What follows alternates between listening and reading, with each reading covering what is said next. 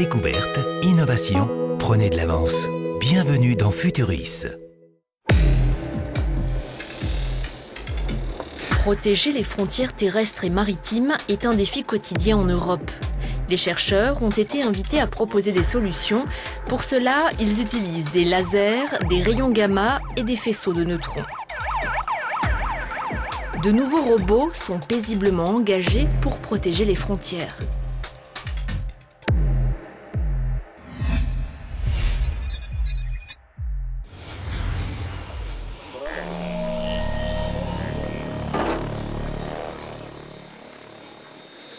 C'est une expédition spéciale avec des instruments de recherche inhabituels qui va quitter ce port de Croatie.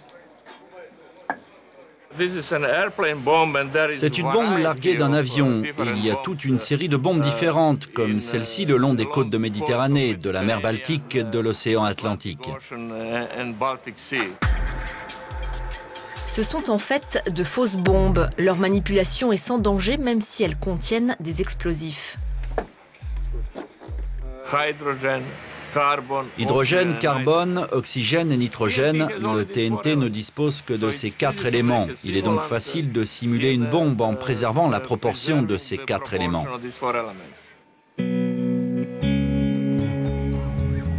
Ces fausses bombes sont aujourd'hui utilisées pour tester un sous-marin capable d'identifier des explosifs dans l'eau.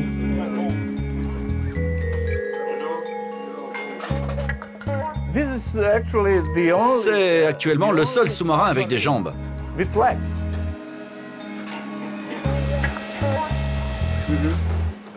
Ce prototype a été conçu par des scientifiques européens. Leur objectif, améliorer la sécurité des principales infrastructures et des voies maritimes en Europe.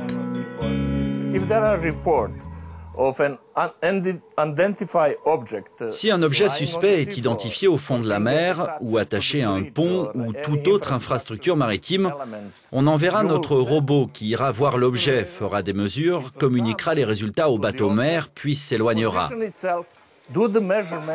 Les résultats de cette inspection apporteront des connaissances sur la composition chimique de la matière qui se trouve à l'intérieur.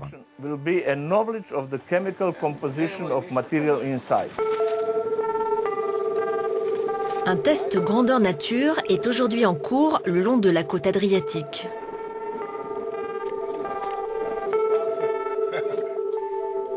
La fausse bombe est délicatement placée au fond de la mer.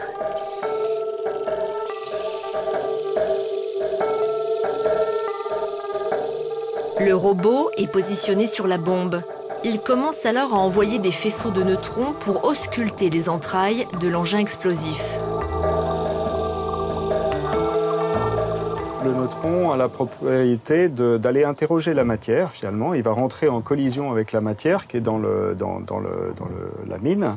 Et en rentrant en collision, il va émettre des gamma. Et on a donc conçu une électronique qui nous permet de collecter une grande quantité d'informations avec un flux neutron très très important.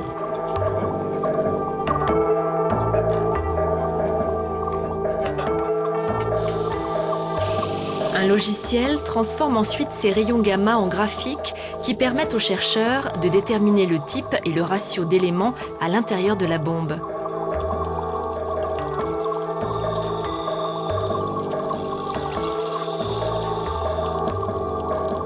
On voit apparaître un pic ici, qui est le pic du carbone, et ici un second pic, qui est un peu plus haut en énergie, aux alentours de 6 MeV, qui est le pic de l'oxygène.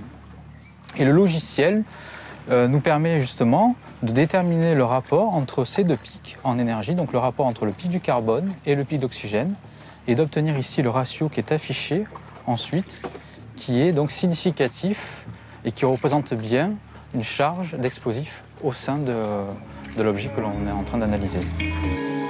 Après un test concluant, la fausse bombe est remontée. Le sous-marin est remorqué pour entretien.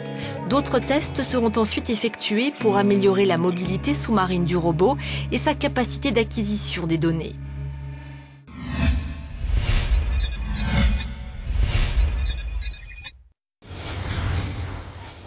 En Pologne, le défi frontalier est bien différent.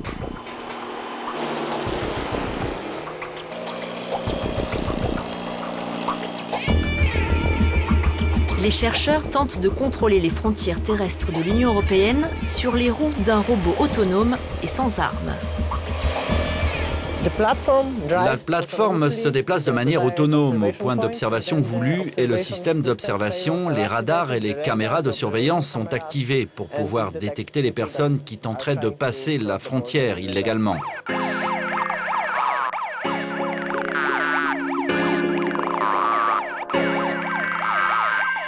Quand le véhicule identifie une action illégale le long de la frontière, il lance une alerte tout en fournissant la position et le matériel vidéo.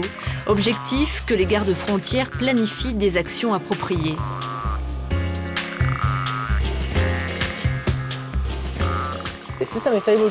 Le système est capable de fournir des données vidéo, y compris des séquences vidéo, mais aussi des vidéos infrarouges et des données provenant de radars. Le principal défi auquel nous étions confrontés était l'intégration à l'intérieur du véhicule d'éléments complexes comme le système de conduite autonome, le suivi et la détection autonome des personnes et des véhicules, les caractéristiques de contrôle et de communication de l'ensemble du système.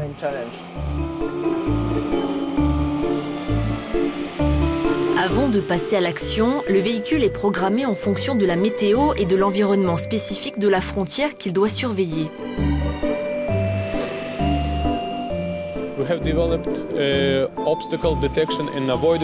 La plateforme dispose d'un système de détection pour éviter les obstacles qu'elle peut trouver sur son chemin. Le véhicule est également en mesure de planifier lui-même sa trajectoire, donc il ne pourra pas pénétrer dans des zones interdites, par exemple, où il sera capable d'identifier les routes où il ne peut pas aller.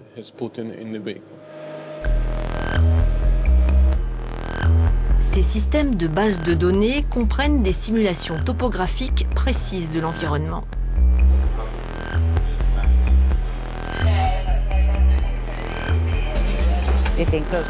Il y a des données topographiques et aériennes, par exemple des informations sur les bâtiments environnants, leur hauteur, les sources d'eau, les zones agricoles, les clôtures, les arbres, les routes. Les simulations topographiques, les données provenant des caméras embarquées et des radars, les systèmes de navigation autonomes ont ensuite été intégrés en une seule unité de contrôle facile à utiliser. Au début, nous avions des logiciels très différents, mais pour que les véhicules soient vraiment efficaces, tout devait être contrôlé à partir d'un seul et même réseau. Maintenant, à partir de cette unité de commande, vous pouvez non seulement surveiller les différents véhicules en même temps, mais aussi intégrer des informations provenant d'autres dispositifs complémentaires de protection aux frontières, comme certains dispositifs aériens automatiques. Les chercheurs espèrent que cette technologie autonome sera en mesure de fournir une forme de surveillance des frontières moins dangereuse, plus efficace et plus fiable.